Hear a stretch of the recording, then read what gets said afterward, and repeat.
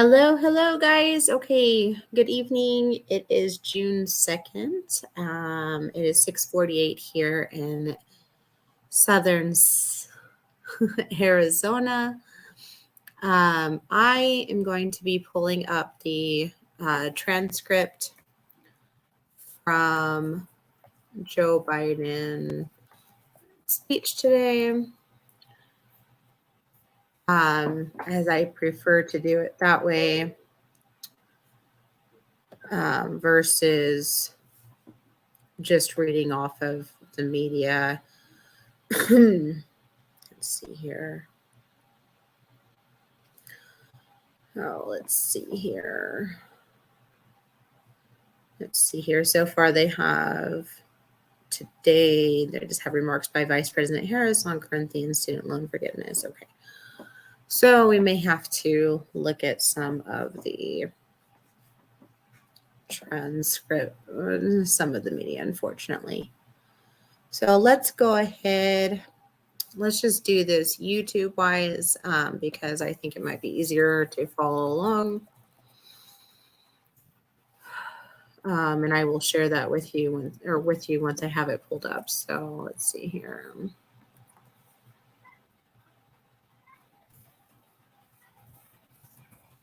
So we're going to see if we can pull that up for today.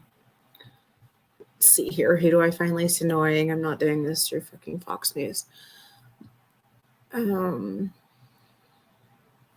Maybe that's the only maybe that's the only one I have. I would prefer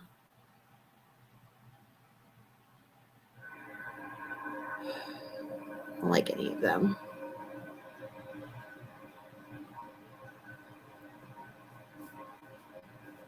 So maybe I can just pull this one up. Let me see here.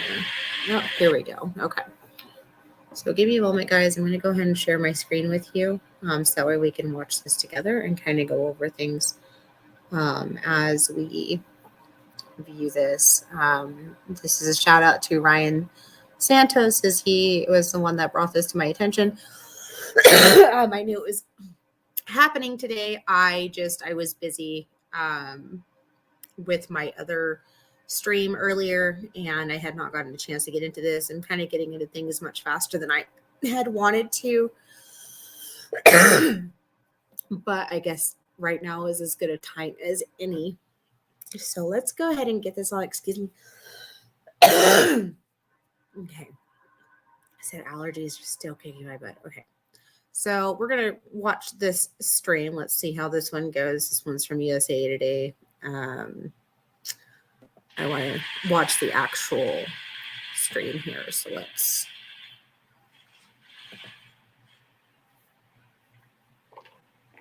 And Ryan Santos, if you want to come in on this, let me see if I can send you a link and invite you. So give me. Jill and I visited Arlington National Cemetery.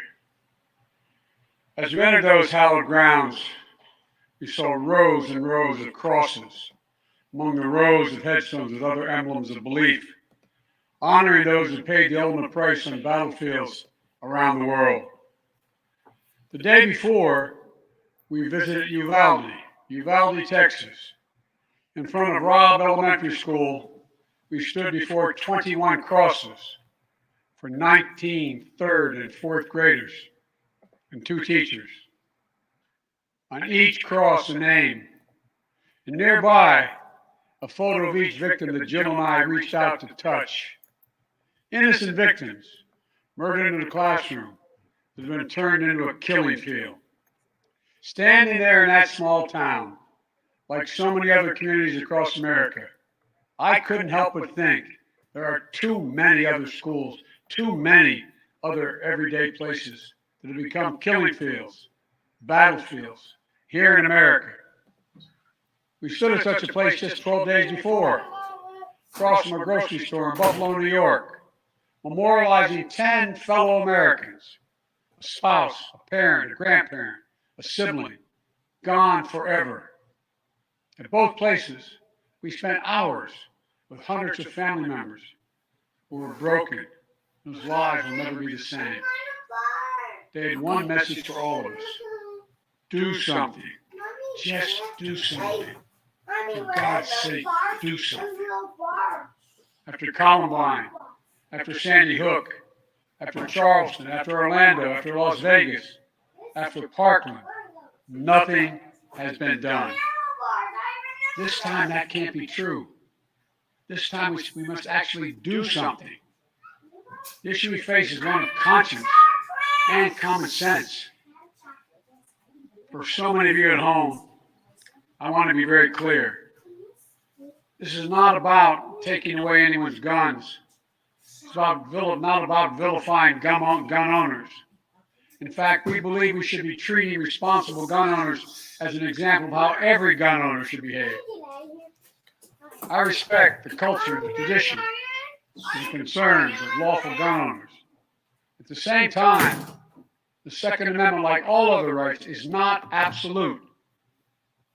It was Justice Scalia who wrote, and I quote, like most rights, the Second Amendment, the rights granted by the Second Amendment, just to film a moment here, to be treating responsible gun owners as an example of how it can't be true. This time we must actually do something. The balls? The issue we face is one of conscience and common sense. For so many of you at home, I want to be very clear. This is not about taking away anyone's guns. It's not about vilifying gun owners. In fact, we believe we should be treating responsible gun owners as an example of how every gun owner should behave. I respect the culture and the tradition. So I really agree with that. He is absolutely spot on that we do not want to punish responsible gun owners. So I am a gun owner. I like to shoot. It's very therapeutic for me. In fact, one of the times I kind of had my own little mental break, I went out and I shot fruit with a 22 because it was fun. We used to shoot at prairie dogs. I pinked one once. I'm not that great of a shot, guys. We've also spent an exorbitant amount of time teaching our kids about gun safety. We have taken our kids out to go shooting when they were a little bit younger. Haven't done it in a long while. No offense, but ammo can be hard to come by sometimes, as well as expensive. And we just aren't in the business of wasting ammo unless we have a plan to go out to the range or something along those lines. But he is absolutely correct in that. That we, nothing that we are talking about, that I am talking about, I should say, is to go after responsible gun owners. Now, we have clear problems in this country, mental health problems, which are not being addressed, which I find funny. We can go over that later, but I'm not a huge fan of people who try to make this about one thing, but then refuse to put the effort towards fixing the problem. Let me go back a little bit. I want to kind of address that a little bit more. Give me just a moment here. Seems like it was only a 17-minute video. So about taking away anyone's guns. It's not about vilifying gun owners. In fact, we believe we should be treating responsible gun owners as an example of how every gun owner should behave. I respect the culture and the tradition and the concerns of lawful gun owners. At the same time, the Second Amendment, like all other rights, is not absolute. Okay, so I have to pause it there. So let's think about that for a second. The Second Amendment, just as every other right that we have in the Constitution, our supposed God-given rights, they are not absolute. And he is absolutely correct in that. And if you would like to know why, we can go through and explain. I can go through and explain that. And we can pull it up with facts as to why that is an acceptable thing to say. So I am going to carry on with this. It was Justice Scalia who wrote, and I quote, Like most rights, the right Second Amendment, the rights granted by the Second Amendment are not unlimited. Not unlimited. It never has been. They're always.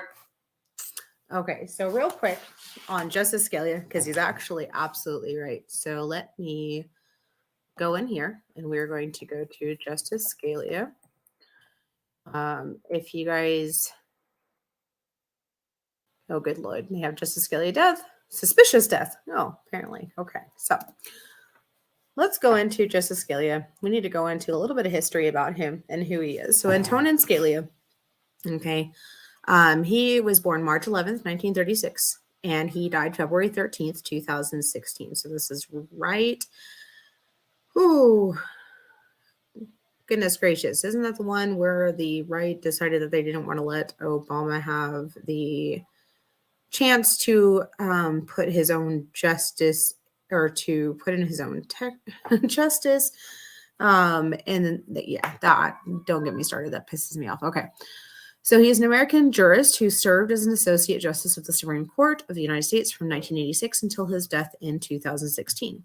He was described as an intellectual anchor of the originalist and textualist position in the U.S. Supreme Court's conservative wing. Let's see here. So for catalyzing an originalist and textualist movement in American law, he has been described as one of the most influential jurists of the 20th century and one of the most important justices in the Supreme Court's history. He was awarded the Presidential Medal of Freedom in 2018 by President Donald Trump, and the Antonin Scalia Law School at George Mason University was named in his honor. So cool beans, dude. You had a pretty good life there. Interesting, though, because he...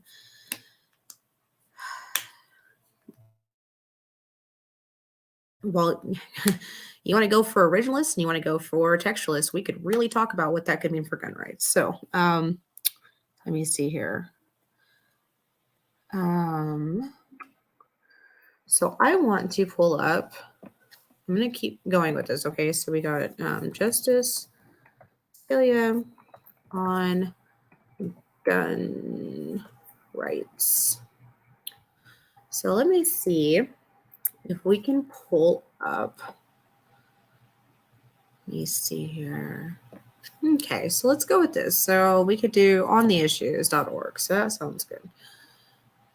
And looks more presentable. Okay.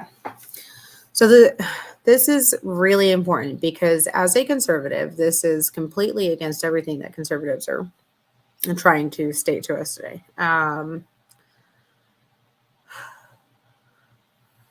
Let me see here. Okay. So gun rights can be restricted for felons in sensitive places. So this is really important because what do we say? That gun rights are not absolute, correct? So the Supreme Court's 2006 decision in DC versus Heller provides a good policy guidance on gun ownership rights and public safety. Justice Scalia wrote this opinion with great care. First, the court affirmed the right of individuals to possess firearms. Second, the opinion or firearms for additional, God dang, this thing is it's so long. Okay, for traditional lawful purposes such as self-defense within the home and for hunting. So the court affirmed the right of individuals to possess firearms for what? Traditional lawful purposes, such as self-defense within the home and for hunting. Okay. Second, the opinion also held that Second Amendment rights are not unlimited. Good Lord, they're not. Okay. Justice Scalia went out of his way to declare long-standing laws that prohibit possessions of firearms by felons and the mentally ill, that forbid guns in sensitive places such as schools and government buildings, that impose conditions and qualifications on the commercial sale of arms, and that restrict the right to carry any weapon whatsoever in any manner whatsoever and for whatever purpose, are still valid and enforceable. So let's see here. So Second Amendment rights, not unlimited. Okay. So there's long-standing laws that prohibit possession of firearms by felons and the mentally ill, that forbid guns in sensitive places such as schools, government buildings, that impose conditions and qualifications on the commercial sale of arms, and that restrict the right to carry any weapon whatsoever in any manner whatsoever and for whatever purpose are still valid and enforceable. Okay, not absolute, is it? Okay, felons may possess guns unless state explicitly prohibits it. The only limitation that Massachusetts law imposed on petitioner's possession of firearms was that he could not carry handguns outside his home or business. In my view, state law did not expressly provide that petitioner may not possess firearms, and thus petitioner cannot be sentenced as an armed career criminal. Petitioner's prior convictions qualify as violent felonies only if the restoration of his civil rights by operation of Massachusetts law expressly provided that petitioner may not possess firearms. In 1994, that was not so. To the contrary, petitioner was permitted to possess shotguns, rifles, and handguns. Indeed, Massachusetts provided petitioner with a firearm identification card that enabled him to possess such firearms. The court rejects this on the basis of a likely and rational congressional policy of prohibiting firearms possession by all ex-felons whose ability to possess certain firearms is anyway restricted by state law. I respectfully dissent. Okay, so let's see here.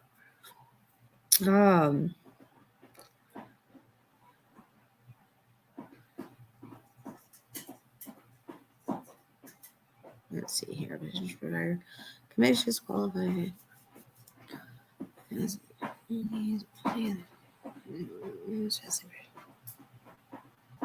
Okay.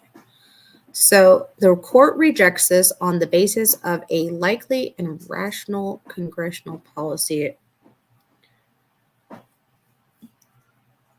of prohibiting firearms possession by all ex-felons whose ability to possess way restricted by state law. Okay.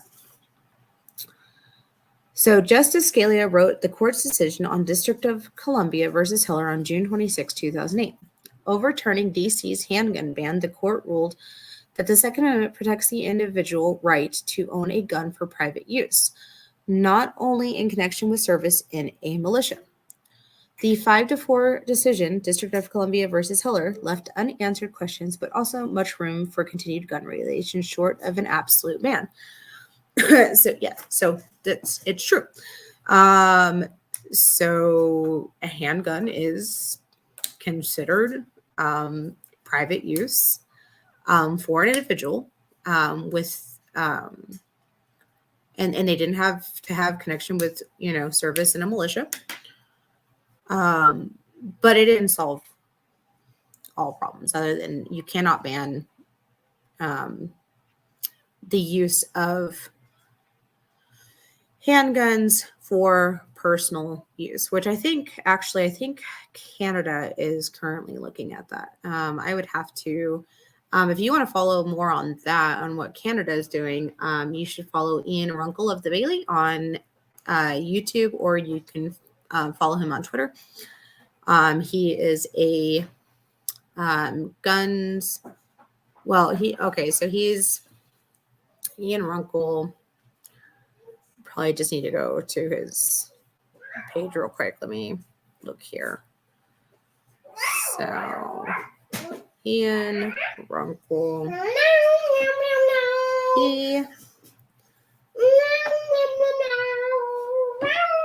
He's a firearms law and criminal defense. He's on Facebook.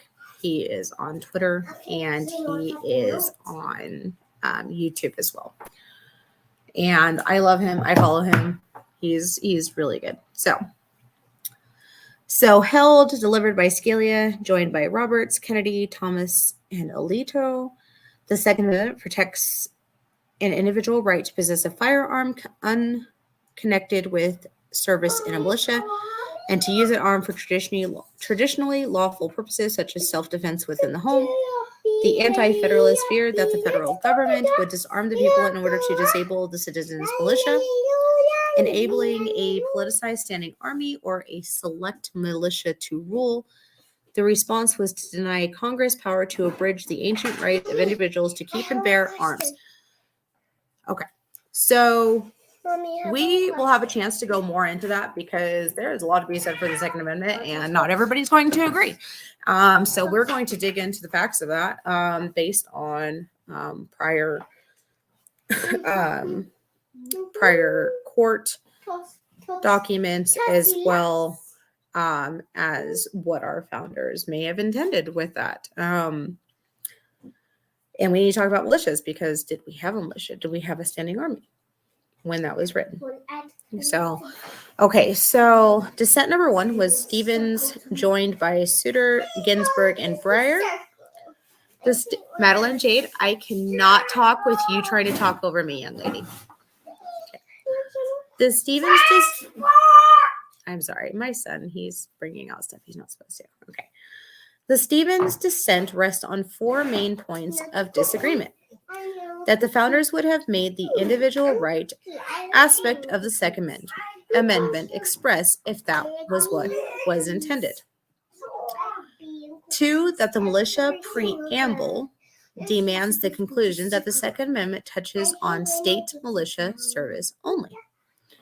Number 3, that many lower courts later collective right reading of the Miller decision constitutes stare decisis. Number 4, and that the court has not considered gun control laws, e.g. the National Firearms Act, unconstitutional. So it looks like we're going to have to figure out the National Firearms Act, aren't we?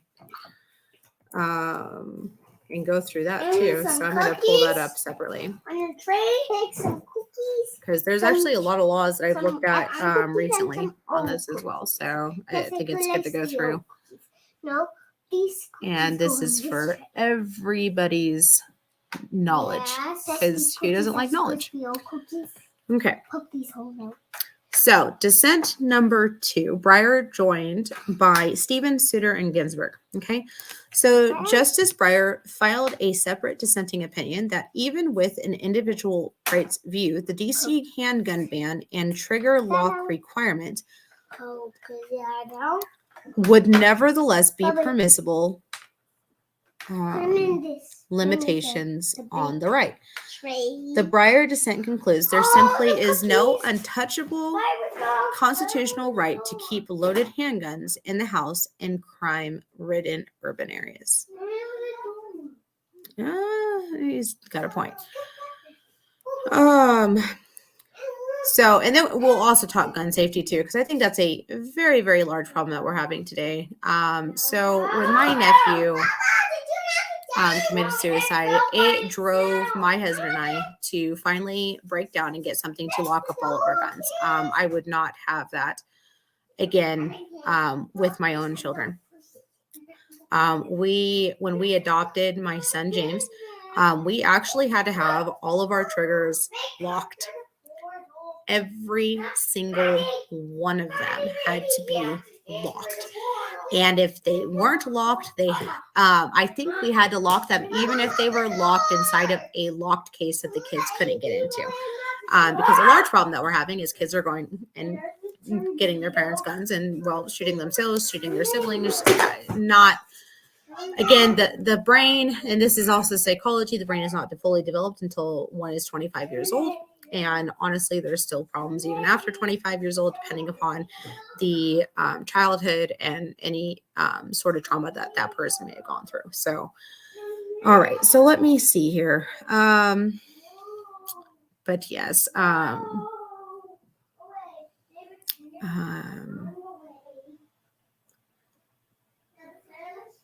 So again, all he did was affirm that the court affirmed the right of the individuals to possess firearms for traditional lawful purposes such as self-defense within the home and for hunting. This is a conservative jurist, so that's kind of saying something, that even he's reading it as, you know, that you don't have the Okay, so I wanted to pull this one up next here. So let me come back here.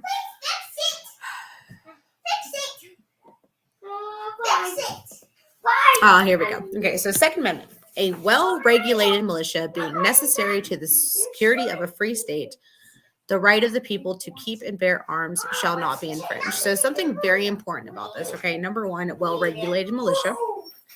Okay.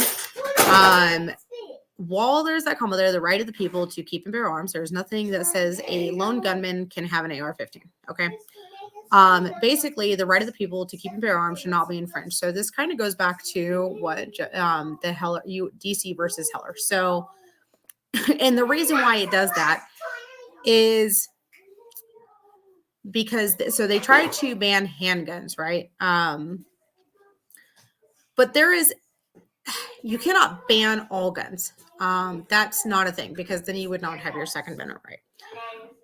But in no way, shape, or form does the Second Amendment provide that you can have any gun that you so fucking choose. It just doesn't say that. If they really wanted to, and they wanted to keep to the times that it was written, and they wanted to govern beyond the grave, they could give you a fucking musket and say, "Here, have fun. This is all you're getting." Okay. And that's coming from the Supreme Court. That yes, they could do that. Are they? Probably not, but they could. Okay, so let's go ahead and keep going on with this for a moment. Oh, okay. Cemetery. As we entered those hallowed grounds, we saw rows and rows of crosses among the rows of headstones with other emblems of belief, honoring those who paid the ultimate price on battlefields around the world. The day before, we visited Uvalde, Texas. In front of Robb Elementary School, we stood before 21 crosses for 19 third and fourth graders and 2 teachers. On each cross, a name, and nearby, a photo of each victim that Jill and I reached out to touch. Innocent victims murdered in the classroom that have been turned into a killing field. Standing there in that small town, like so many other communities across America, I couldn't help but think there are too many other schools, too many other everyday places that have become killing fields, battlefields here in America. We stood at such a place just 12 days before, across from a grocery store in Buffalo, New York, memorializing 10 fellow Americans, a spouse, a parent, a grandparent, a sibling, gone forever. Both Children, please keep on the light. I am recording right now. Guys, hello. You're being kind of rude. places, we spent hours with hundreds of family members who were broken, whose lives will never be the same. So I want to take a pause on that for a moment because I really want to share. Let's see if I can go to TikTok for a moment because this is honestly, it's very, very heartbreaking. Oh, baby, when you talk like that, you make a woman go mad. So be wise and keep on reading the signs of my body. Oh, baby, when you talk like that, you make a woman go mad. No tengo ropa interior. No. Pero si te acabas de comprar hace 2 semanas. Se me hace que Excelsior te la está robando. A ver, vamos a taparnos. No. Okay, maybe. You know what? I wonder if I shared this on. I actually may have shared it on Twitter. So let me go here instead. I'm sorry, guys. I don't have everything pulled up today, so just kind of bear with me for a moment. So,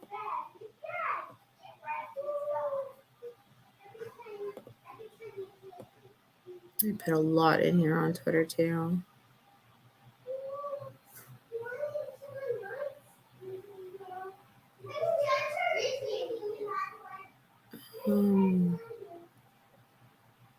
Yes, I love that. Victory for Johnny Depp. Okay.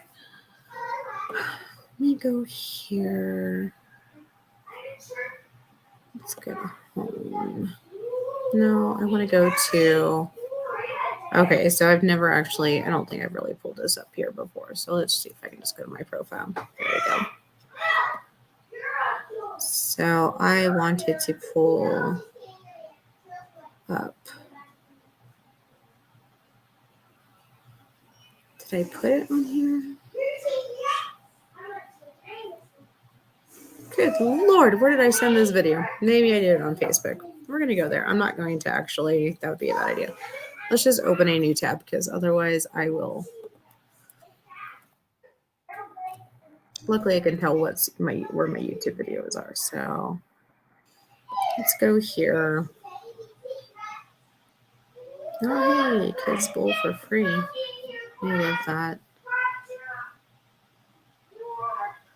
I should register for that again because the kids love bowling and it's really cheap in the summer doing it for them.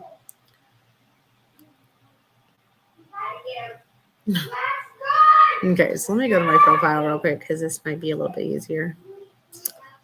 Hello guys, I am streaming live. Okay.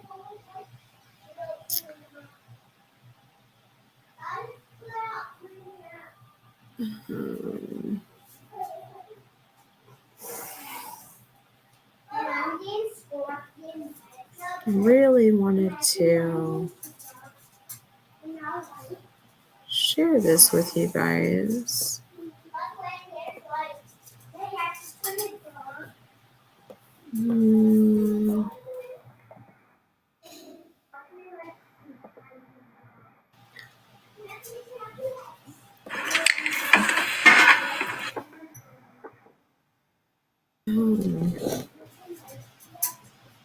This thing was so fucking depressing. I literally bawled my eyes for this guy.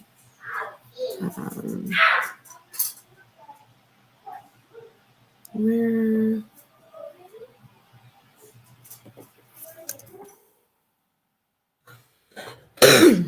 Oh, this is it right here. I don't want to do none of this. I don't want to go to the funeral home. I don't want people's condolences. I don't want to do none of this. I just want my baby back. Please. Amory Garza's life was taken at a school we could see from her own backyard. I don't know what to do, man. She didn't deserve that. No. She didn't. No, she didn't.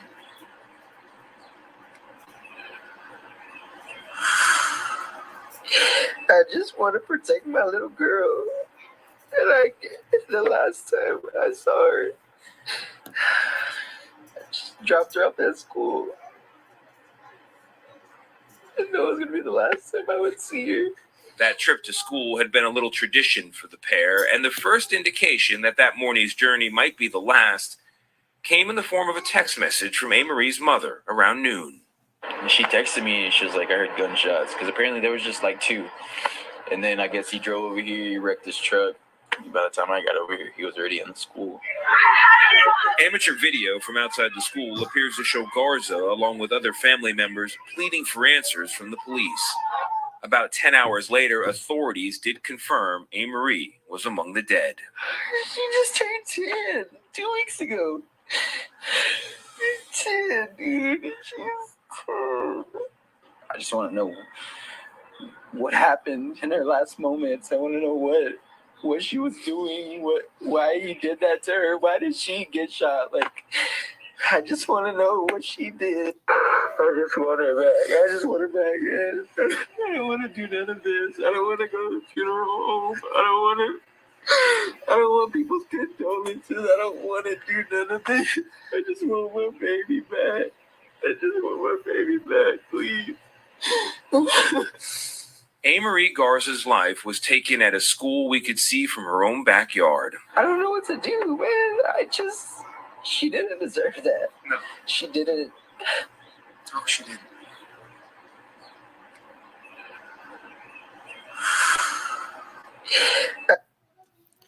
Okay, guys. So I had to share that because that was like exceptionally gut wrenching. Um,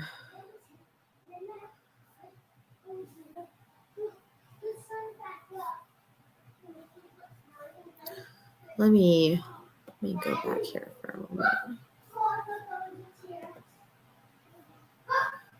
Let me know if you guys heard that or not. I hope you guys heard that because that was, I think we can have these conversations, but also understand that this is very, very tragic and traumatic.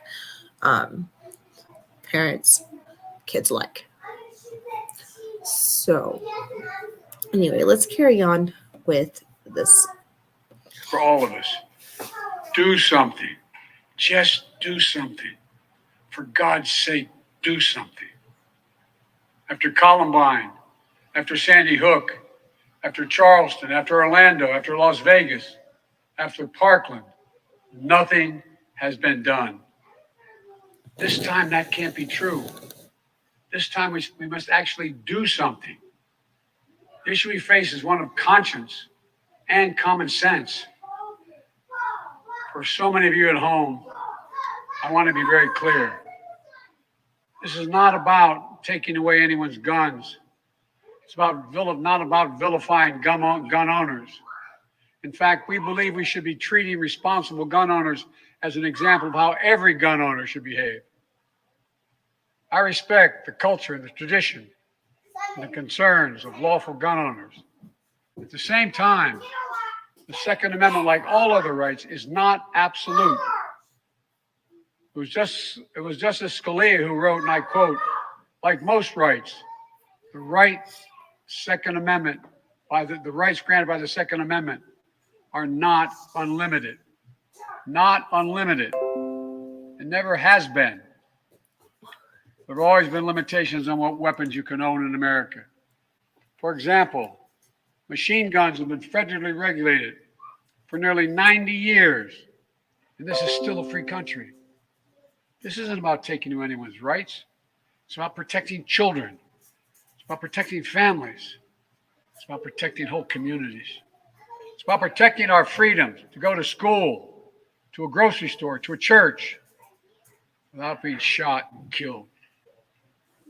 According to new data just released by the Center for Disease Control and Prevention, guns are the number one killer of children in the United States of America. The number one killer. Okay, More so than let's car accidents, more than cancer. go ahead and take a look at that to see. So let's see here. What is the number one killer of children in America?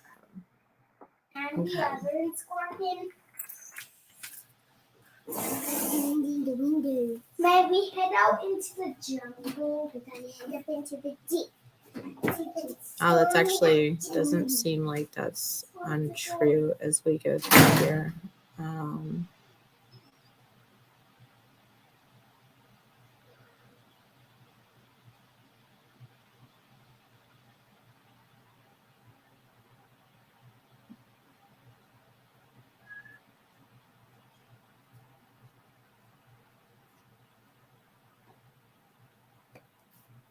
And I want to find information on that so I can give you guys the best information possible here. Okay, so give me just a moment here.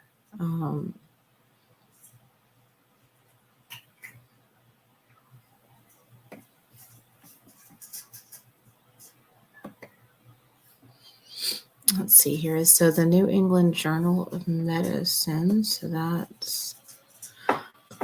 So current causes of death in children and adolescents in the United States.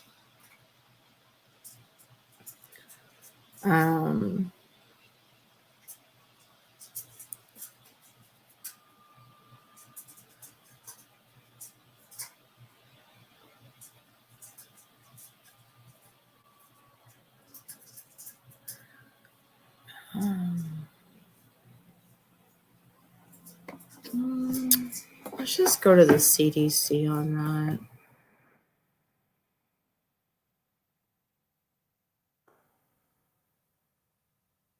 So we're going to be a leading cause of death in children. Okay.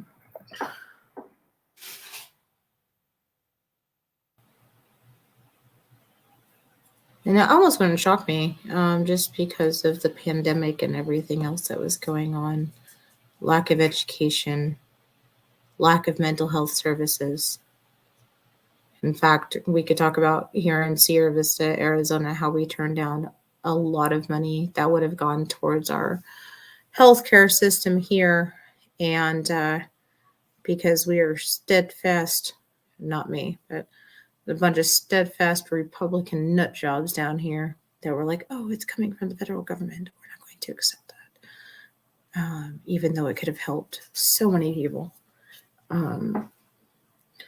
Because down here, unless you are on have access, which is basically Medicaid through the state of Arizona, finding anybody who does mental health down here, or unless you're a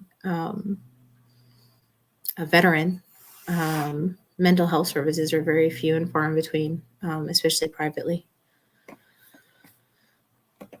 Through private insurance down here. And they're very overwhelmed.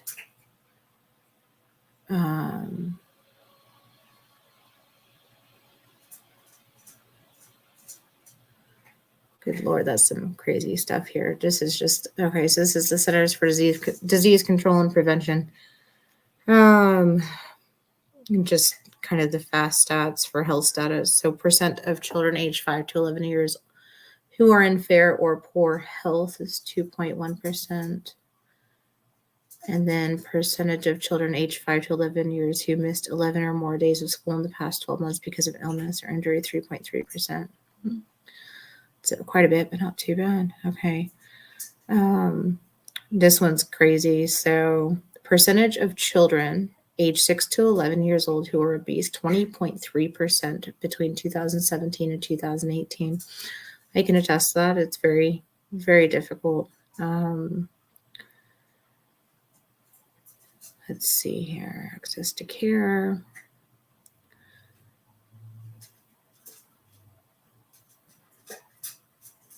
Let's see here.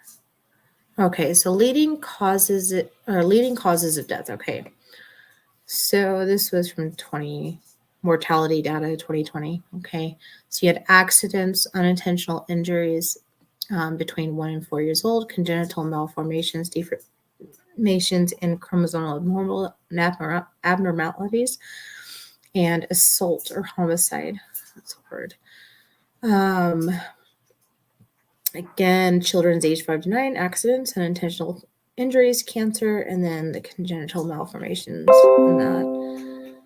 And then children aged 10 to 14, accidents, unintentional injuries, intentional self-harm or suicide, and cancer. I can attest to that. It's fucking horrid. Okay, so let's go national vital statistics. Let's see here.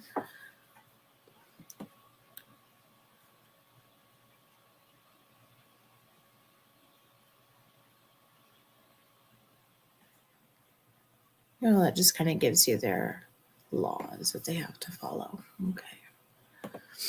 Let's go back here.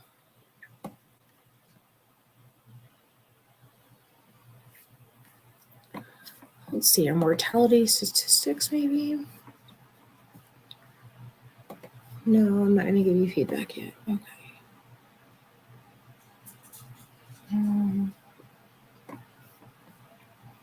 See if we can go to leading causes of death. Okay, National Vital Statistics System, leading causes of death. Let's see here.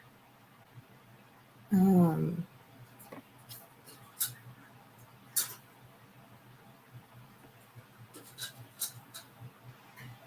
let's go here. Okay, so leading causes of death looks like our annual reports, the last one that we seem to have was 2019. And then death rates. So let's go here. Let's just pop it open. So leading causes of death. This was National Vital Statistics Reports, Volume 70, Number 9, July 26, 2021, so last year. Deaths, leading causes for 2019. Okay, so let's see here. The 10 leading causes of death and results, okay, in rank order. Diseases of heart. Okay, these are, I want to know what it is for children. I don't want to know what it is for adults, okay?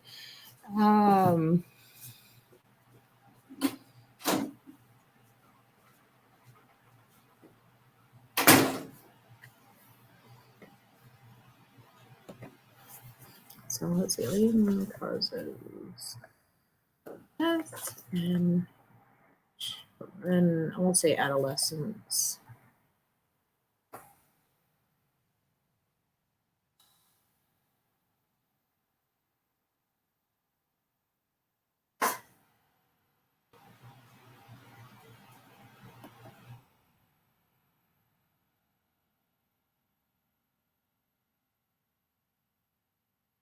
I just wonder. So if I go back to that, because I know that I looked, okay? So I know it's from Fox News. I fucking hate Fox News. I hope it's not Tucker Carlson. I will fucking die. Okay. It'll probably be some other jackass on there. But okay, so firearms were the leading cause Freedom of speech is under attack. Fuck you. No, it's not, you jackass. Okay, firearms were the leading cause of death for U.S. children and adolescents for the first time in 2020, the most recent year with data available. While studies in 2016 found that motor vehicle accidents surpassed gun deaths for children, a roughly 30% spike in the latter between 2019 and 2020 made firearms the leading cause of death, according to an analysis of CDC data published in the New England Journal of Medicine in late April. The CDC reported 4,368 child deaths by gunfire in 2020, the vast majority of which were homicides followed by suicides. Unintentional gun deaths and deaths where a motive could not be determined accounted for a very small portion of the data. Okay.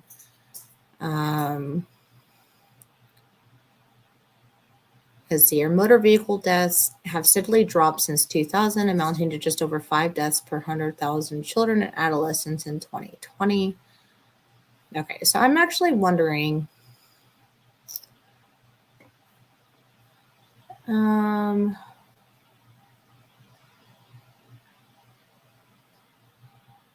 wondering if they actually, if they had put any resources with this, I'd be fucking amazed. I would almost applaud them, but it does not look like that is the case.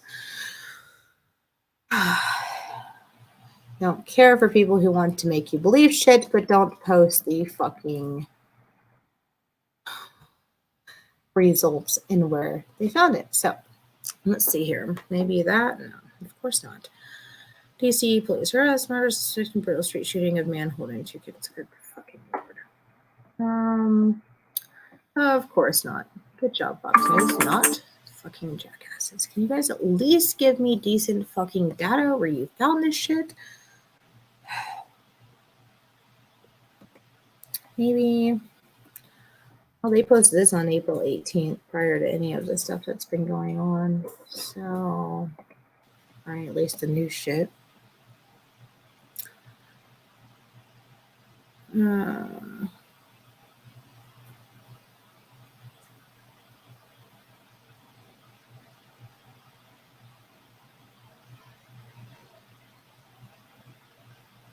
Oh, interesting. So in 2000, this is from Forbes. So in 2000, over 13,000 young people died due to motor vehicular related injuries. In 2020, just over 8,000 deaths in the young population were recorded, which is a reduction of over 40% over the past 2 decades.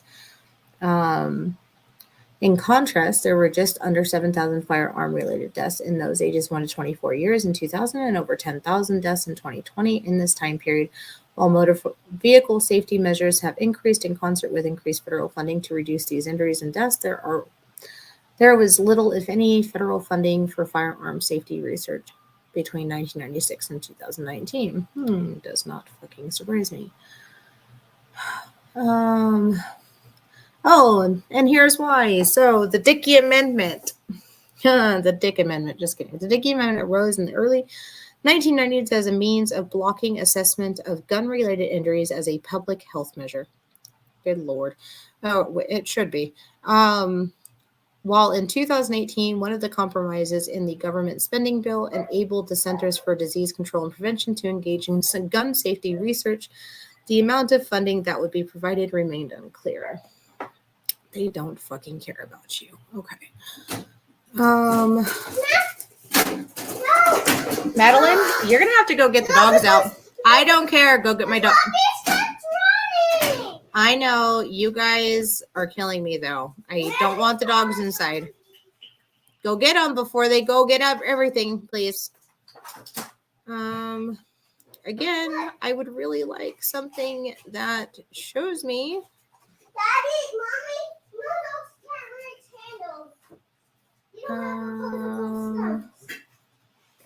Oh, an article. Let me see what the article is. If they have. Oh, here we go. Okay, so I think I had kind of ran across this. So it says perspective. This is from the New England Journal of Medicine, which I'm assuming is something very much. So injuries are the most common cause of death among children, adolescents, and young adults between 1 and 24 years of age in the United States. Indeed. Does this show? Yeah, April 21st, 2022. Okay. So let's see here. It says metrics on here. Let's see if it'll give me. I want a fucking graph, god damn it. Don't you? Graphs are so much easier to read sometimes instead of reading through all this. Okay. That did not like me. So okay, so here's actually this one is from there. Okay. So deaths per 100,000 persons, 1 to 24 years of age. And they are doing motor vehicle crashes and firearm related incidents. Okay. So it really looks like, okay, so from 2000.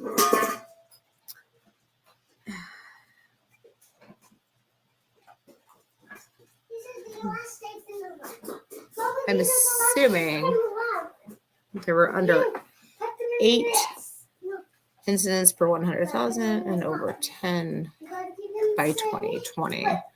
So, and that's crazy because there was a spike between 2019 and 2020. So this was even pre-pandemic. That's scary. 2014 to 15, 16, 17, 14, 15, 16, 16. That's interesting. Remember, correlation is not causation, just so we remember that. Okay. So just an interesting graph that kind of shows that. I wanted to, let me go ahead and get out of that for a second. So it says, for more than 60 years, motor vehicle crashes were the leading cause of injury-related death among young people. Beginning in 2017, however, firearm-related injuries took their place to become the most common cause of death from injury. The change occurred because of both the rising number of firearm-related deaths in this age group and the nearly continuous reduction in deaths from motor vehicle crashes. The crossing of these trend lines demonstrates how a concerted approach to injury prevention can reduce injuries and deaths, and conversely, how a public health problem can be exacerbated in the absence of such attention. Between 2000 and 2020, the number of firearm-related deaths among children, adolescents, and young adults increased from 6,998, or 7.30 per 100,000 persons, to 10,186, or 10.28 per. Madeline, please turn on the light. Maddie, I'm not joking. Would you like me to send you to bed instead? Mommy, I turned on the light. Thank you. Okay. Or 10.28 per 100,000 persons, according to the Centers for Disease Control and Prevention. Okay. So research has shown that most injuries can. Sorry. I feel like I have Tourette's as a parent and a dog. Oh, hold on a second, guys. Hey, come on. Let's go. Buster, come here. Buster, come here. Let's go. Come on, Buster. Let's go. Come on. Come on. Yes, I know. All of you. Come on. Buster, Clarabelle, let's go. Now, Spooky, stay outside. Out. Clarabelle, come on. Moses, let's go. Come on. Clarabelle and Moses. Ugh. Okay, I'm gonna have to wait for the other dog to come back. Sorry, guys. Okay. So research has shown that most injuries can be prevented by means of the manufacture and appropriate use of safe products and the implementation of policies reducing product-related danger and the occurrence of hazardous situations. The principles of harm reduction. Do no harm. Okay.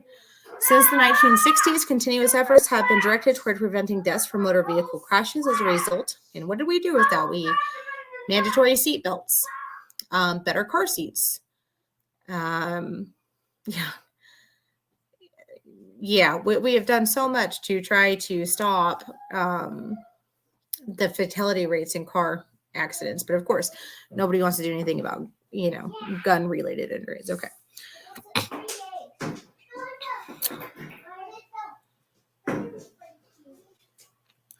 Yeah, so there was 20 years later, there's been a nearly 40% decrease with traffic deaths recorded in 2020, which kind of makes sense considering the fact that, the kids went to virtual online learning and all sorts of stuff. But I'd be interested to see the results from 2019. But regardless, it looks like the numbers were going down.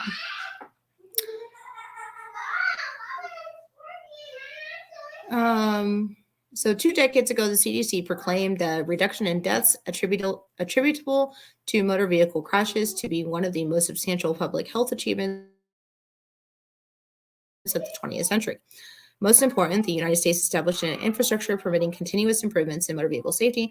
At the forefront of this effort has been the National Highway Safety Administration, a federal agency whose mission is to save lives and prevent injuries caused by road traffic crashes. Firearms, however, are one of the few products whose safety isn't regulated by a designated federal agency. Interesting. So, hey, guess what? You know what? The government can work when we let it. Okay. So, Dr. William Haddon, the first NHTSA director, again, National Highway Traffic Safety Administration director, is credited with articulating the comprehensive scientific, i.e. public health, approach now used to reduce unintentional and intentional injuries. Sounds to me like the government doesn't want to lose its future workers because, quite frankly, how the fuck do you think they're going to get paid if we're all dead? Okay, so. Oh, I wish this had an armrest on it. Okay. So they maintain a public database that includes entries for all motor vehicle related deaths occurring on U.S. public roads. Cool. I had to look at that. And collect data on a large nationally representative sample of police reported crashes. By contrast, it has taken 20 years to build a database of firearm related deaths that include data from all 50 states, known as the National Violent Death Reporting System. This database is already quite useful, and it should improve over time because of enhanced data quality and variable coding. Work on creating a reliable database for non-fatal firearm-related injuries is ongoing. Interesting. I'd be interested to take a look at that. So if I find that, I will let you guys know. We could take a look at that too. It's pretty cool. So again, it seems like the New England Journal of Medicine is kind of like what I know that we used when I was a veterans benefits counselor. The national, what did we use? It's the National Sciences. God, I wish I could use Nathan's freaking brain right now.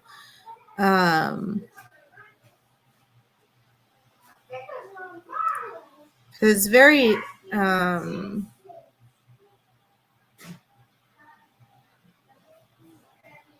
anyway, I used it because it was like a science review basically of a lot of the diseases and stuff like that, such as things from Agent Orange causing diabetes, health and health related problems, but I can't remember what they're called at the moment, so I'm not even going to try. Okay, so let me go back here.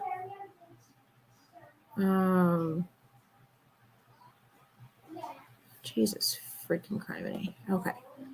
So that was not what I wanted there. Anyway, I like that one. Okay. So let's continue on with the. Over the last 2 decades, more school-age children have died from guns than on-duty police officers and active duty military combined. Think about that. Wait, so how long? More kids than on-duty cops killed by guns. More kids than soldiers. Hold on a second. I gotta go back and hear that again. Over the last 2 decades, more school-age children have died from guns than on-duty police officers and active duty military combined. Okay, anybody wanting to? Okay. How many kids died of gun violence versus soldiers and on-duty police officers? I'm really just, all I'm doing is kind of fact-checking what he says here. So I'm...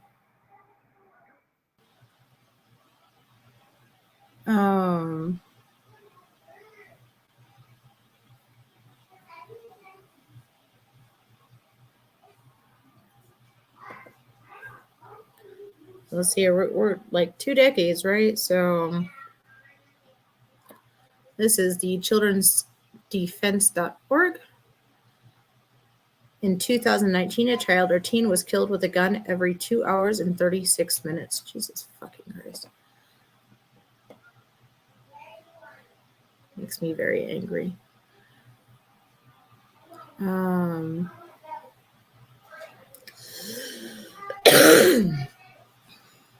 Let's see here.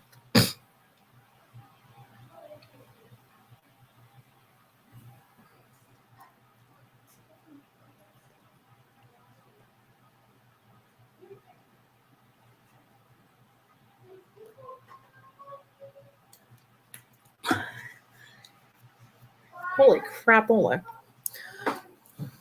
So this is interesting information. As of 2017, American civilians owned 393 million firearms, more than 1 gun per person. In contrast, U.S. military and law enforcement agencies possess 5.5 million.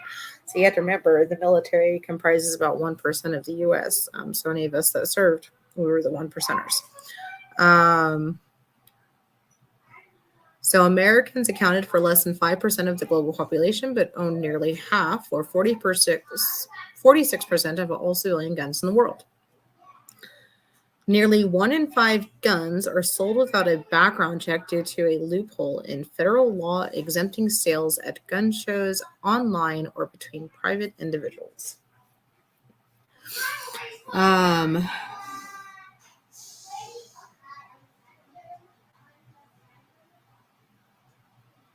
So a third of households with children have a gun, and nearly half of gun-owning households with children do not store all of their firearms safely.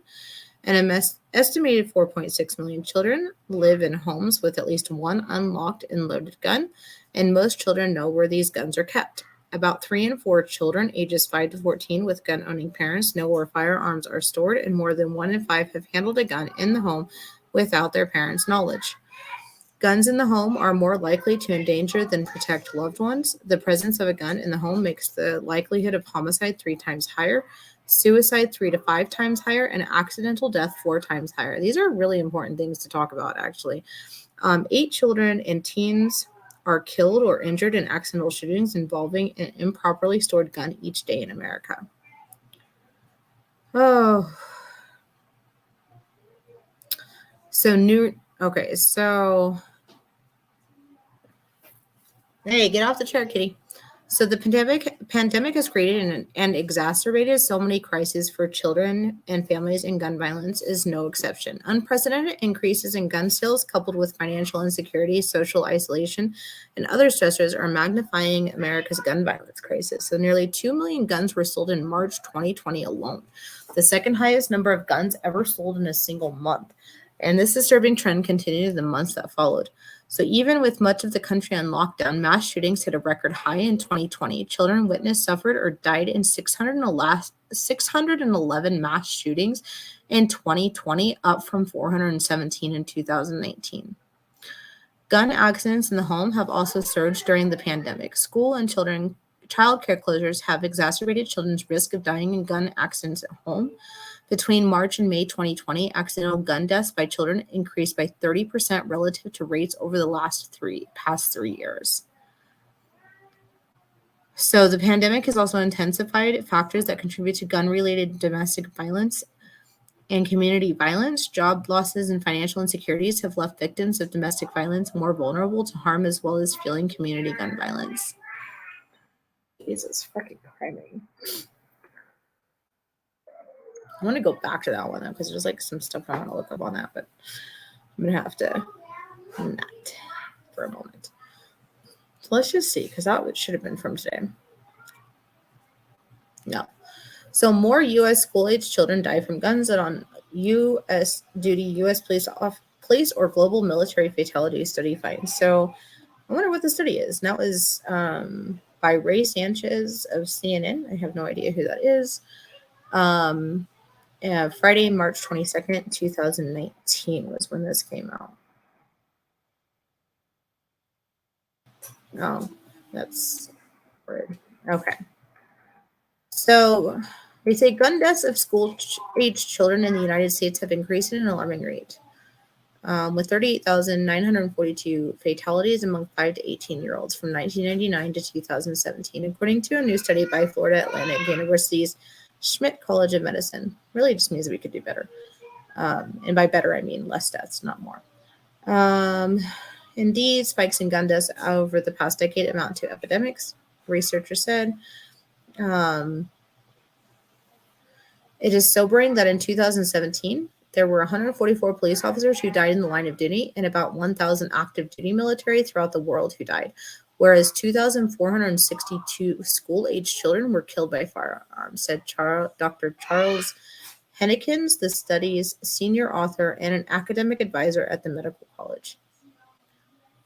So the study, to be published in the American Journal of Medicine, found that children are being gunned down in staggering numbers, with the death rate 6 to 9 times higher than other developed nations. The gun deaths, including 6,464 children between the ages of 5 and 14 years old, an average of 340 deaths per year, and 32,478 deaths in children between 15 and 18-year-olds, or an average of 2,050 deaths per year, according to the study. Holy fucking shit. Interesting. Okay, so of the deaths, 86% involved boys, the study found. Black children accounted for 41% of those killed, though in recent years they've comprised just 14% of the U.S. population. U.S. Census data show.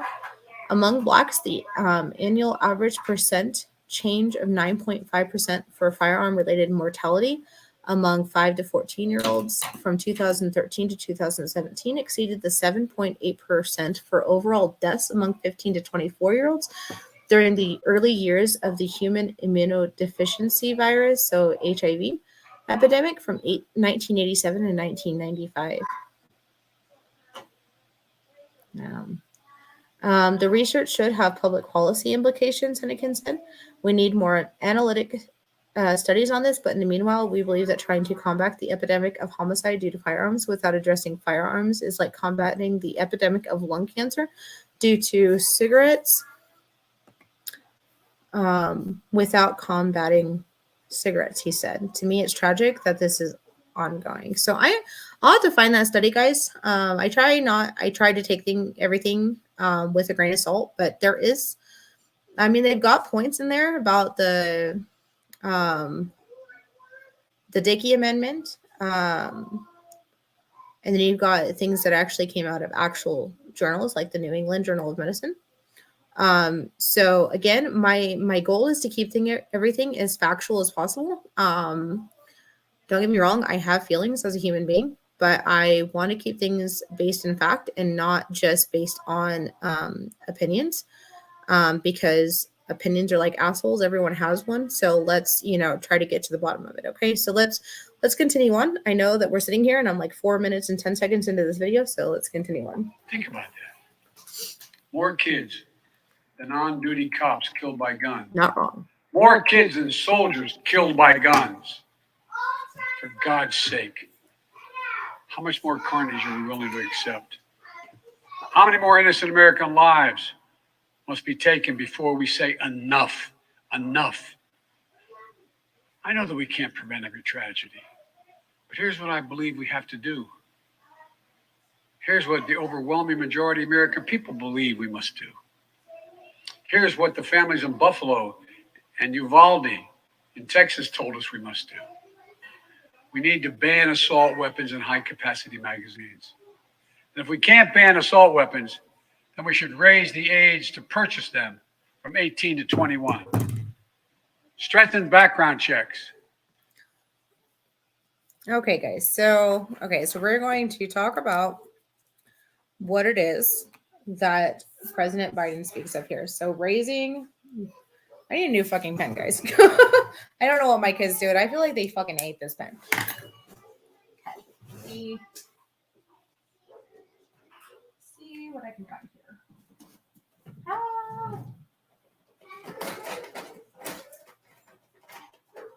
Just so you know, I have like a whole school system here, and I can't find one goddamn pen.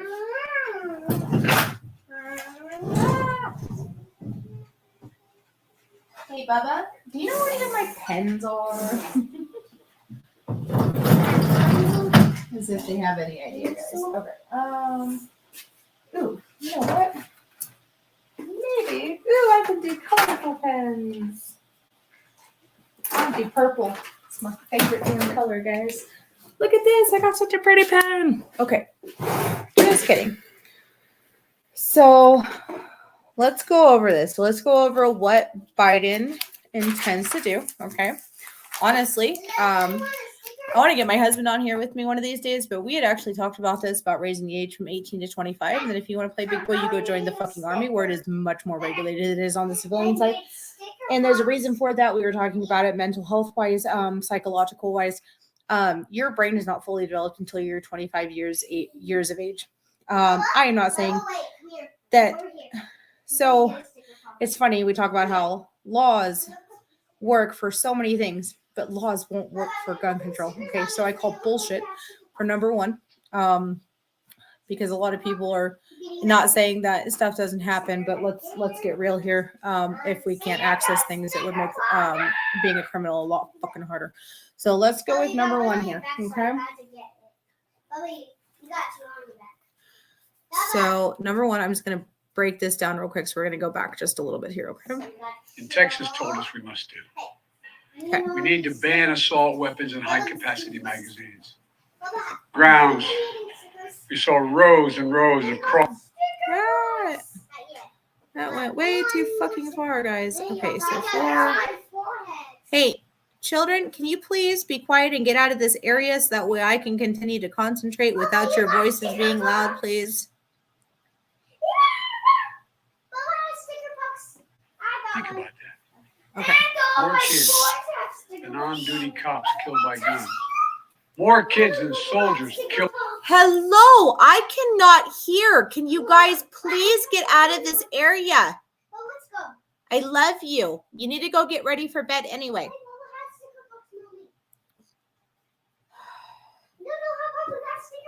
Quiet. I love my children. They drive me nuts. It's 8 o'clock here, so that probably explains why. But I want to get through this. So I see you're all stickered. Okay, I have no idea where you got those stickers. The sticker box. Mommy got sticker box. Don't touch him. Okay, be quiet. Okay. Killed by guns. For God's sake. How much more carnage are we willing to accept? How many more innocent American lives must be taken before we say enough? Enough. I know that we can't prevent every tragedy, but here's what I believe we have to do. Here's what the overwhelming majority of American people believe we must do. Here's what the families in Buffalo and Uvalde in Texas told us we must do. We need to ban assault weapons and high-capacity magazines. Okay, so If that's we number can't- one. Number one. So we're talking about ban assault weapons and high capacity magazines.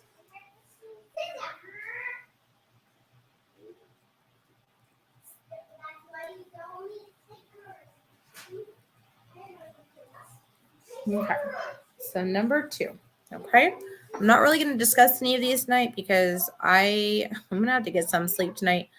And I'm going to have to get my kids off to bed, but I want to go through the rest of this video at least, and then we'll talk more tomorrow. Okay.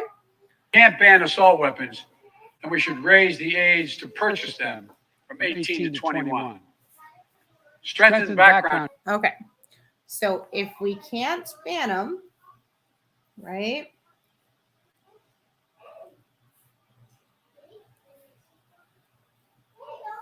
We raise the purchasing age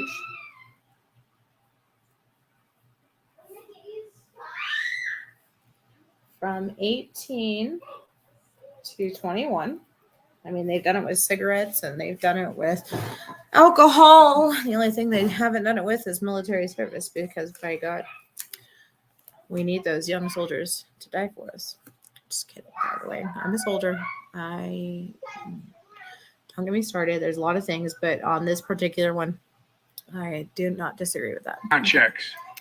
Enact safe storage law and red flag laws. Okay, so We should raise the age to purchase them from 18 to 21. Strengthen background checks. Enact safe storage. So number 3 is strengthen background checks.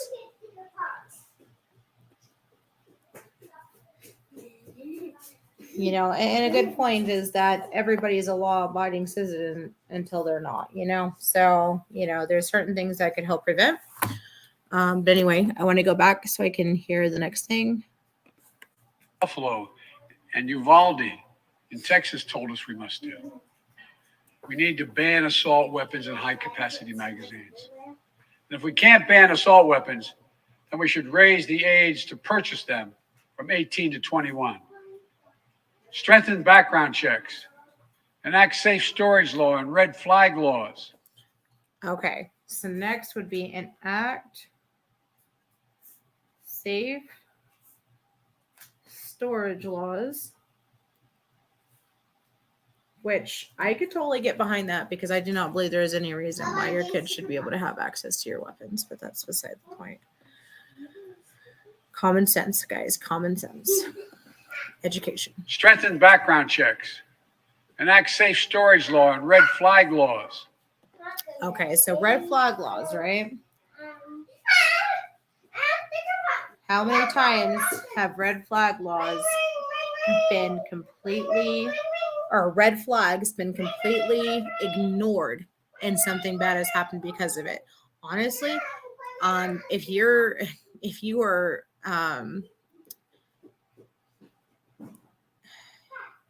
complicit in that, maybe you need to spend some time in jail. Okay. Repeal the immunity that protects gun manufacturers from liability. Okay. Number 5. Repeal the. Okay, I'm gonna have to hear that again, guys, because my kids and it's late for me. Okay, let me see. Storage law and red flag laws. Repeal the immunity that protects. Repeal the immunity that protects Gun manufacturers from liability. Gun manufacturers from liability. Okay, remember, guys, I'm not getting into this tonight. That's not gonna happen. I need time to recuperate from today because I have made 3 videos today. So Address the mental health crisis. number 6. I love that. Address the mental health crisis. You know, like maybe talking about universal health care. Oh, wait a second. The Republicans are never going to fucking do that.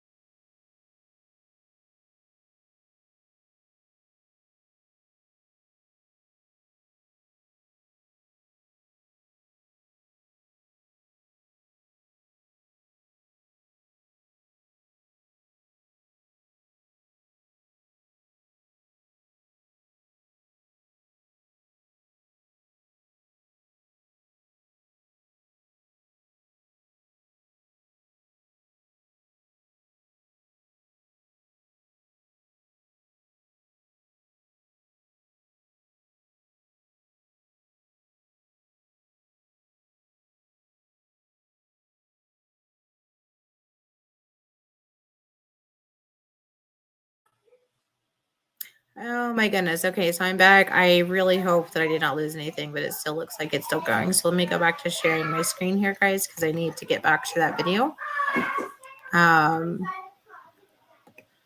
Here we go. So I'm going to go ahead and share that back with you guys. Okay. And then I don't even know. My computer just tried to fucking crash on me. So Yahoo. Okay. So let me go through this. More kids than soldiers killed by guns. I need to get past this again. Explode. And Uvalde in Texas told us we must do. We need to ban assault weapons, gun manufacturers from liability, address the mental health crisis, deepening the trauma of gun violence and as a consequence of that violence. These are rational, common sense measures. Here's what it all means. It all means this. We should reinstate the assault weapons ban on high-capacity magazines.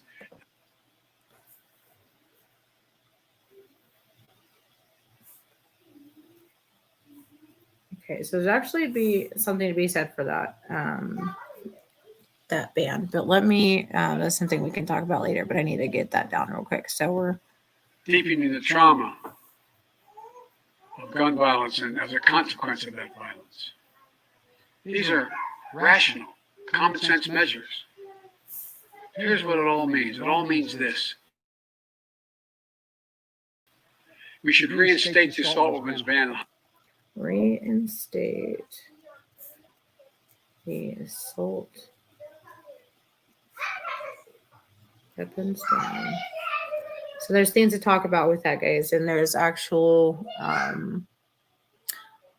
facts surrounding this. So you guys will have to bear with me as I go through this because I know it's going to be long. So High-capacity magazines that we passed in 1994 with bipartisan support in Congress and the support of law enforcement. 9 9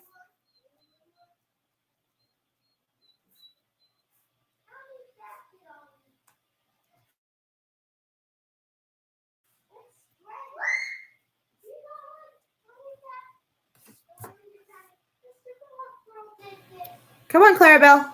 Come on, Clara. Clarabelle. Come on, Clara. Clarabelle. Come on. Come on, Clarabelle. Come on. Clarabelle. Come on. Come on, Clarabelle. Come on. Come on, Clarabelle. Come on. Come on. Thank you. Get your birdie outside. Sorry, guys. Okay. So we're looking at that. So he said reinstate the assault weapons ban, and I think it's something about high capacity magazines there.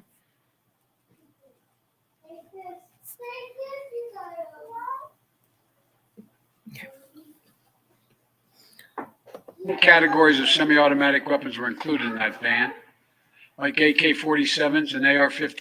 Oh, he actually had it Common right. sense measures. Here's what it all means. It all means this. We should reinstate the assault weapons ban on high-capacity magazines that we passed in 1994 with bipartisan support in Congress and the support of law enforcement. 9 categories of semi-automatic weapons were included. Okay. Important. He understands the difference here. 9 categories of semi-automatic weapons. Okay. Guys, I'm going to have to listen to that one more time. Sorry. My brain is going on full. City magazines that we passed in 1994 with bipartisan support in Congress and the support of law enforcement. 9 categories of semi-automatic weapons were included in that ban. Were included in that ban. Okay.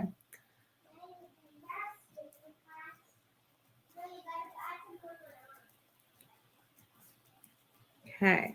So interesting. He says that because we always hear, no, assault weapons, blah, blah, blah, blah, blah. Okay. So he actually clarified semi-automatic weapons. I did not actually know that semi-automatic were also a part of that ban. So I'm curious. Let's go. Like AK-47s and AR-15s. AR-15. And in 10 years it was law. Mass shootings went down. But after Republicans let the law expire in 2004, those weapons were allowed to be sold again. Mass shootings tripled. Those are the facts. A few years ago, the family of the inventor of the AR-15 said he would have been horrified to know that its design was being used to slaughter children and other innocent lives instead of being used as a military weapon on the battlefields as it was designed. That's what it was designed for. Military weapon, guys. Military weapon. You want to go play military? Go play with the big boys, okay? Because I will tell you what, they will not even let you take that goddamn thing in the bathroom with you. So, because of suicide rates in the military. Military got it. Civilian side doesn't obviously get it. So I put in there because something I want to look up is mass shootings tripled since the expiration of that ban. Tomorrow maybe we'll look more into what we do know of what that ban entailed and what during those 10 years, if it was, if we could see maybe a difference between during those 10 years and then after those 10 years. Okay. So hold on a second. Enough. We should limit how many rounds a weapon can hold. Why? Okay. So number 9, I'm going to go with, limit. Oh. Okay. Okay. Limit how. Hold on a second. What did he say exactly? Horrified to know that its design was being used to slaughter children. I would be fucking horrified and too. other innocent lives instead of being used as a military weapon on the battlefields as it was designed. That's what it was designed for. Enough. We should limit how many rounds a weapon can hold.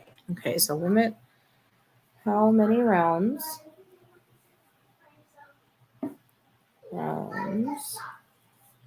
a weapon can hold. Okay, interesting because we're talking the civilian side, not the military side. Okay. Why in God's name should an ordinary citizen be able to purchase an assault weapon that holds 30-round magazines that let mass shooters fire hundreds of bullets in a matter of minutes. Okay, so he's got a good point there because this guy from Uvalde, this is the most recent one, that guy carried more fucking rounds than I did as a fucking soldier. More than my husband carried while he was deployed in conflict. Okay, that's a very large fucking problem that he could be able to carry that around with no. Okay, we're gonna continue. Like I said, I'm not gonna get too much into it tonight, so let's. The damage was so devastating in Uvalde, parents had to do DNA swabs to identify the remains of their children. 9 and 10-year-old children. Enough. You should expand background checks. Okay, so I know that he's kind of going a little bit more into details. We're gonna say expand. God damn 10.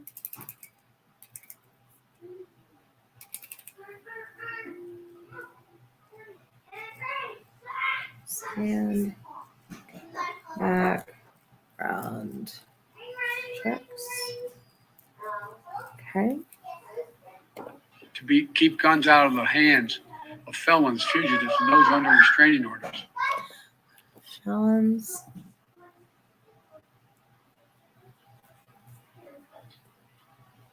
Fugitives.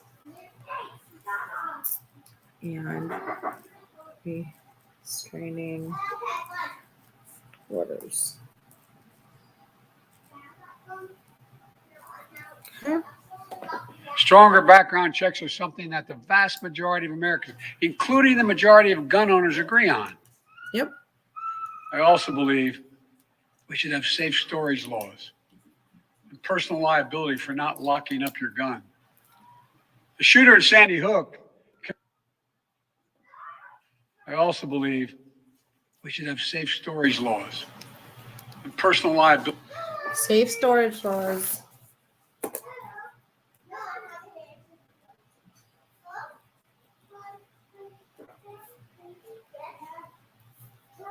And personal liability. Because some things can be fixed inside your fucking home. For not locking up your gun. The shooter in Sandy Hook came from a home full of guns. They were too easy to access. That's how he got the weapons. The weapon he used to kill his mother and then murdered 26 people, including 20 first graders. If you own a weapon, you have a responsibility to secure it. Every responsible gun owner agrees. To make sure no one else can have access to it. To lock it up. To have trigger locks. And if you don't, and something bad happens, you should be held responsible. We should also have national red flag laws so that a parent. Okay, so there's a little bit more into that. So lock it up. And trigger locks. And I can show you guys that maybe with one of my more simple weapons. I might just show you with my son's BB gun I got him when he was real little. So because I'm pretty sure they locked that one up too. A teacher, a counselor can flag for a court that, and if you don't, and something bad happens, you should be held responsible. Yep. We should also have national red flag laws. So okay, so I'm gonna go into the back here. Wow, that's a tape. Okay. This is not even 17 minutes long, guys. Okay, so hardly 17 minutes long. National red flag laws. Okay. a parent, a teacher, a counselor can flag for a court that a child, a student, a patient is exhibiting violent tendencies, threatening classmates, or experiencing suicidal thoughts, makes them a danger to themselves or to others. Amen. 19 states in the District of Columbia have red flag laws. The Delaware law is named after my son, Attorney General Beau Biden. Fort Hood, Texas, 2009, 13 dead and more than 30 injured. Marjorie Stoneman Douglas High School in Parkland, Florida, 2018, 17 dead, 17 injured. In both places, countless others suffering with invisible wounds. Red flag laws could have stopped both these shooters. In Uvalde, the shooter was 17 when he asked his sister to buy him an assault weapon, knowing he'd be denied because he was too young to purchase one himself. She refused. But as soon as he turned 18, he purchased 2 assault weapons for himself. Because in Texas, you can be 18 years old and buy an assault weapon, even though you can't buy a pistol in Texas until you're 21. Interesting. You can't ban assault weapons. So it looks like, so Uvalde shooter was able to buy 2 semi-automatic guns that we call assault weapons because they do a lot of damage in a very short amount of time. But they cannot in Texas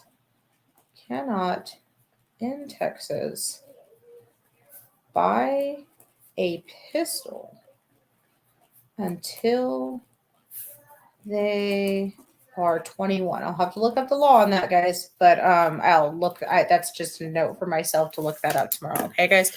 But that's a really interesting fucking point. As we should, we must at least raise the age to be able to purchase one to 21.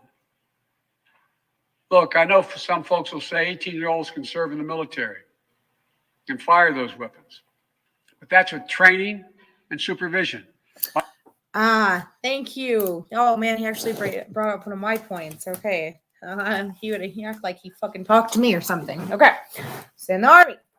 Okay.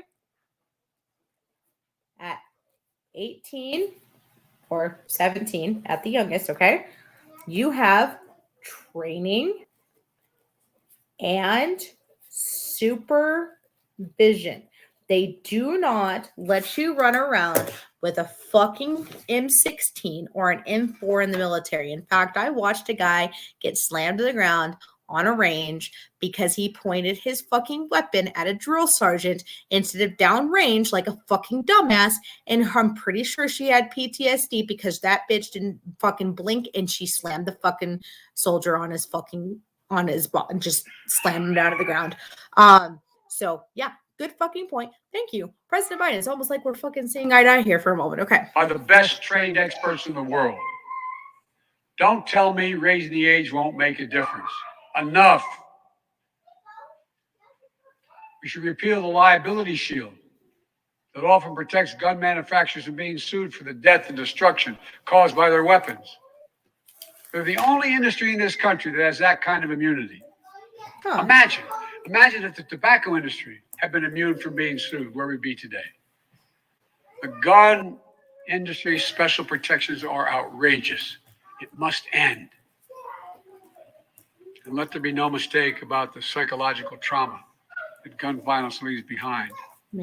Imagine being that little girl, that brave little girl in Uvalde, who smeared blood off her murdered friend's body on her own face to lie still among the corpses in her classroom and pretend she was dead in order to stay alive.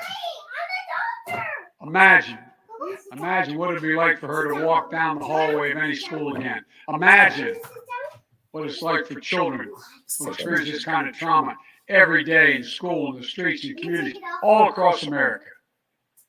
Imagine what it's like for so many parents to hug their children goodbye in the morning, not sure whether they'll come back home. Unfortunately, too many people don't have to imagine that at all. Even before the pandemic, young people were already hurting. There was a serious youth mental health crisis in this country. We have to do something about it. That's why mental health is the heart of my unity agenda that I laid out in the State of the Union address this year.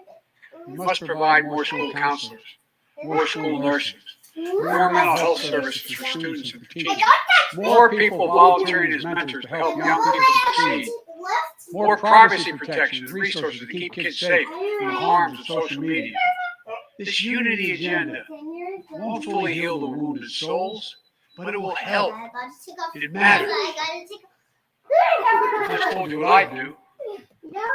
So one of the scariest things about this is parents aren't doing their fucking jobs either. If kids are that bad off, I'm not saying that things don't happen at school like bullying or anything like that, but good lord, be a fucking parent. The question now is, what will the Love Congress you guys. do? House of Representatives already passed key measures we need. Expanding background checks to cover nearly all gun sales, including at gun shows and online sales.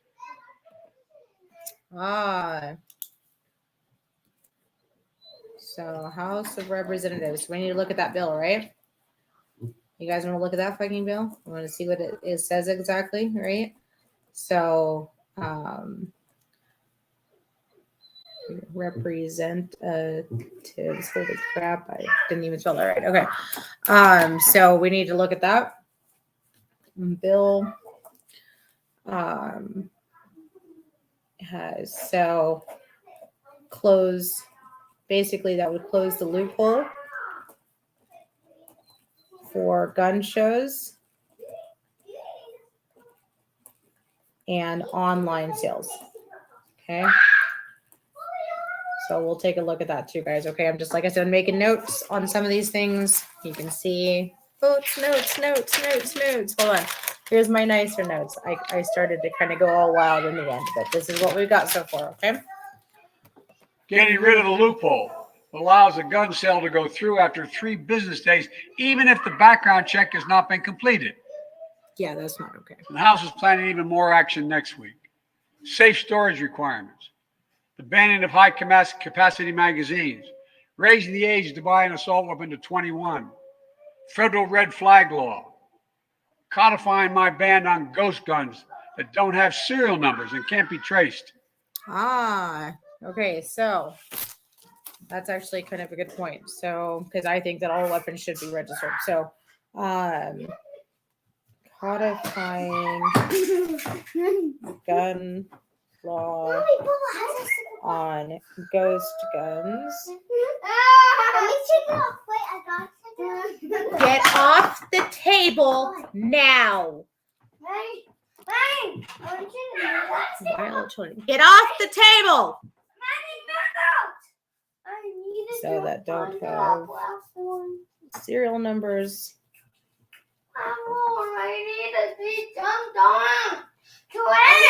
And can't be closed.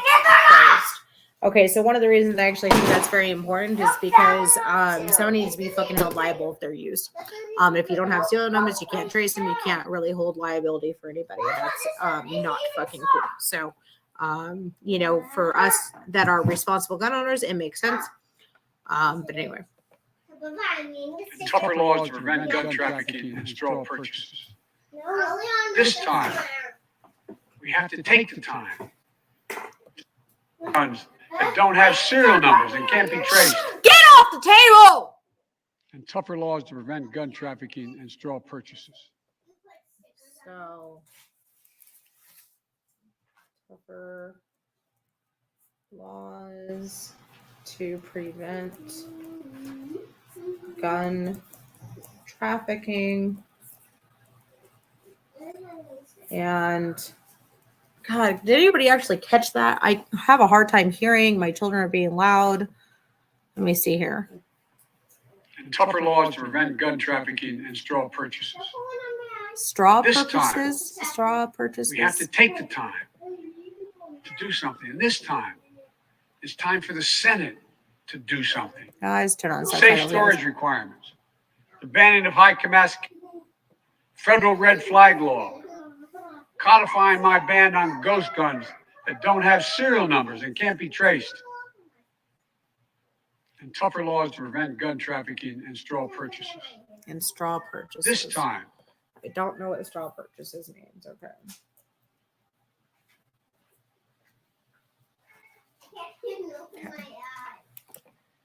We have to take the time to do something. And this time, it's time for the Senate to do something. But as we know, in order to get anything done in the Senate, we need a minimum of 10 Republican senators. I support the bipartisan efforts that include a small group of Democrats and Republican senators trying to find a way. But my God, the fact that the majority of the Senate Republicans don't want any of these proposals even to be debated or come up for a vote, I find unconscionable. Me You too. can't fail the American people again. And again, and again, and Since again. Uvalde, just over a week ago, there have been 20 other mass shootings in America, each with 4 or more people killed or injured. So that's the definition of mass shooting. At a hospital in Tulsa, Oklahoma, a shooter deliberately targeted a surgeon using an assault weapon he bought just a few hours before his rampage that left a surgeon, another doctor, receptionist, and a patient dead and many more injured. That doesn't count the carnage we see every single day. It doesn't make the headlines. I've been in this fight for a long time. I know how hard it is, but I'll never give up. And if Congress fails, I believe this time a majority of the American people won't give up either. I believe the majority of you will act to turn your outrage into making this issue central to your vote. Enough. Amen. Over the next 17 days, the families in Uvalde will continue burying their dead. It will take that long in part because it's a town where everyone knows everyone. And day by day, they will honor each one they lost. Jill and I met with the owner and staff of the funeral home, who's being strong to take care of their own. And the people of Uvalde mourn as they do over the next 17 days. What will we be doing as a nation? Jill and I met with the sister of the teacher who was murdered and whose husband died of a heart attack 2 days later, leaving behind 4 beautiful orphan children, all now. Sister asked us, what could she say? What could she tell her nieces and nephews? The most heartbreaking moments that I can remember. All I could think to say was, I told her to hold them tight. Hold them tight. After visiting the school, we attended Mass at Sacred Heart Catholic Church with Father Eddie. In the pews, families and friends held each other tightly. As Archbishop Gustavo spoke, he asked the children in attendance to come up on the altar and sit on the altar with him as he spoke. There wasn't enough room, so Mom and her young son sat next to Jill and me in the first pew. And as we left the church, my grandmother, who had just lost her granddaughter, passed me a handwritten letter. It read, quote, erase the invisible line that is dividing our nation. Come up with a solution and fix what's broken and make the changes that are necessary to prevent this from happening again. End of quote. My fellow Americans, enough. Enough. It's time for each of us to do our part. It's time to act. It's not The wrong. children we've lost, the children we can save, for the nation we love.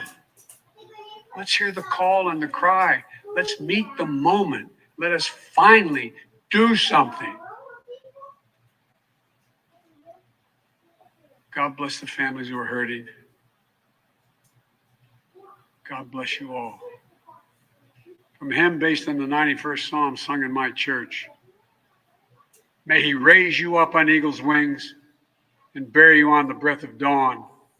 Make you to shine like the sun and hold you in the palm of his hand. That's my prayer for all of you. God bless you.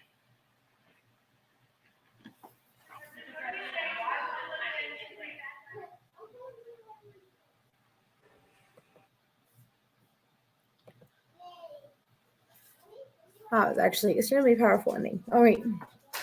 So guys, that's going to be it for tonight. Let me go ahead and stop sharing or stop screen sharing here. I'm going to have to get my other dog out of the house. We will discuss, like I said, all of these notes. So I've got, I don't know, it's probably pretty hard to see and I probably went a little bit fast. So there's notes there. Here are notes on the back. Okay. And then here is the other the beginning page of notes. Hey, my handwriting is like really pretty and nice in this one before I started scribbling. Okay. So it's really hard to do that. Okay. So what I want to go through tomorrow is what his plan of action is. I really want to go through what the bill is in the House of Representatives. I want to talk about so let me bring this up real quick because my friend Ryan had messaged me earlier and his questions that make the least amount of sense to him. He says raising the age to buy a rifle from 18 to 21 if handguns are used in 77% of these shootings and you have to be 21 in all states to buy a handgun. I don't see how raising the age would solve anything. But you have to look at the ages from birth to age 24, I think it is, where handguns are responsible for a lot of shootings. Holding gun companies liable if a shooting happens. That's like saying if someone uses a Ford truck and crashes into a crowd of people, Ford would be in trouble for that. Okay, so I can say that's a false equivalency for number one. There's a lot more laws on the books for cars than there are for guns, but we can go into that more because I'm going to have to look into that because I think that I had actually said something along the lines the other day that gun manufacturers, if they are, okay, so say you buy a semi-automatic weapon and you turn it into an automatic weapon and gun manufacturers are selling the equipment to do so. Okay. I think that if the individual does turn a semi-automatic into a fully automatic weapon, then yes, I believe that the gun manufacturer should be held liable for that.